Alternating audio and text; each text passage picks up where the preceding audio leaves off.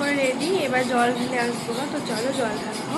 আর আজকে দ্বিতীয় সোমবার, তো সবাইকে শুভেচ্ছা তার জন্য। তো চলো যাওয়া যাক।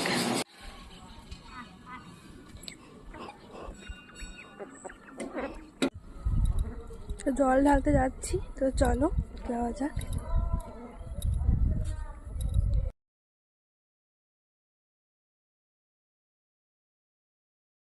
বাড়ি চলে এলাম, বাড়ি চলে এসে ঠাকুরের পুজো দিয়ে দিয়েছি বাড়িতে।